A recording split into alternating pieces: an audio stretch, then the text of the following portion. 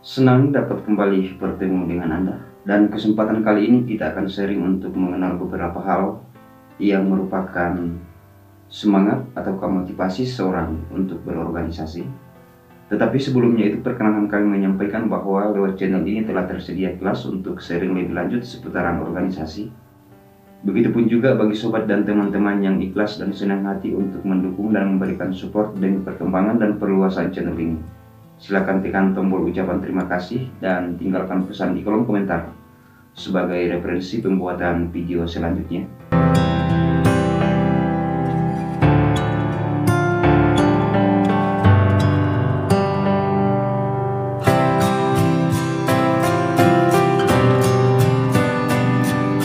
Dalam kehidupan kita sehari-hari, baik itu dalam lingkungan pendidikan, lingkungan pekerjaan, lingkungan tempat usaha, bahkan lingkungan keagamaan, dan juga dalam kehidupan bermasyarakat secara umum, tentunya tidak terlepas dari adanya organisasi. Sebagai contoh kecil, adanya organisasi adalah dapat terlihat dan dapat dimulai dari lingkungan keluarga. Dari hal tersebut dapat kita melihat beberapa hal yang merupakan motivasi bagi seseorang untuk berorganisasi, yaitu yang pertama adalah lewat organisasi.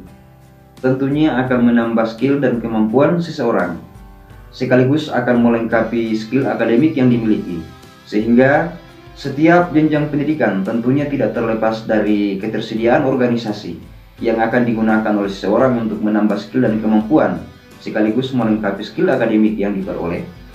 Kemudian yang kedua adalah lewat organisasi, tentunya akan menuntun seseorang untuk mengenal arti pentingnya kebersamaan.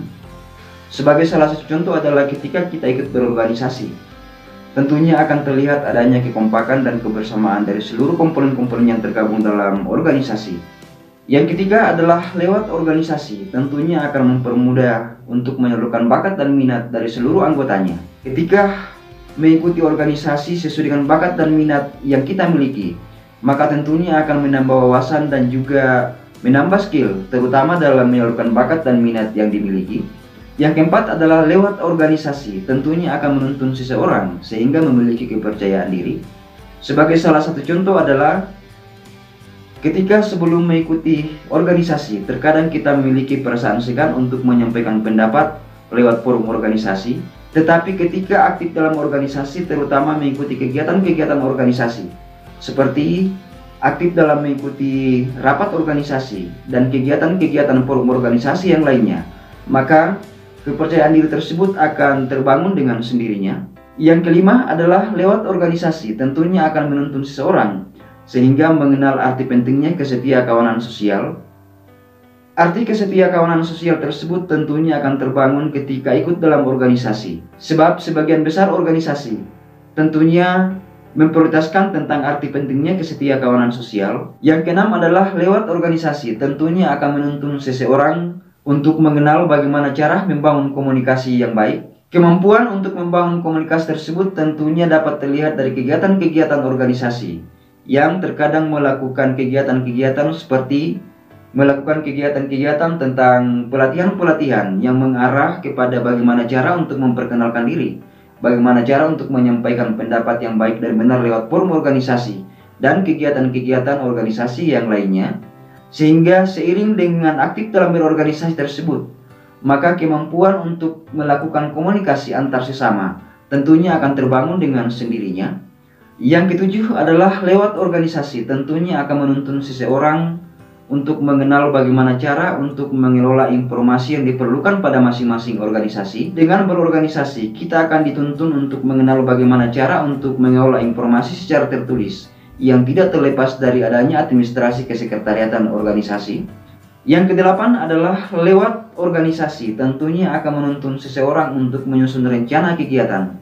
Hal tersebut dapat diperoleh ketika aktif dalam berorganisasi, seperti ketika terlibat dalam satu kepanitiaan. Maka dari situlah kita dapat melihat bagaimana cara untuk mempersiapkan dan juga merealisasikan kegiatan-kegiatan kepanitiaan yang diharapkan dapat diterapkan dan implementasikan untuk menyusun rencana kegiatan dalam kehidupan kita sehari-hari. Yang terakhir, yang kesembilan adalah lewat organisasi, tentunya akan menuntun seseorang untuk bersikap kritis terhadap permasalahan-permasalahan yang terjadi. Meskipun demikian, sikap kritis tersebut tidaklah cukup, ketika tidak memiliki solusi. Selain kita memiliki sikap kritis, kita juga dituntut agar dapat memiliki solusi dari permasalahan-permasalahan yang sedang terjadi, sehingga dapat kita melihat bahwa sudut pandang seseorang untuk berorganisasi tentunya berbeda-beda. Dengan berorganisasi tentunya akan menambah wawasan dan skill dan pengetahuan yang dimiliki, yang diharapkan dapat diterapkan dalam kehidupan sehari-hari.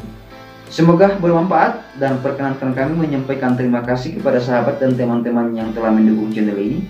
Dan bagi sobat dan teman-teman yang baru melihat dan baru berkunjung dan berkerinduan untuk belajar seputar organisasi, silakan bergabung dengan saya melalui channel tutorial organisasi.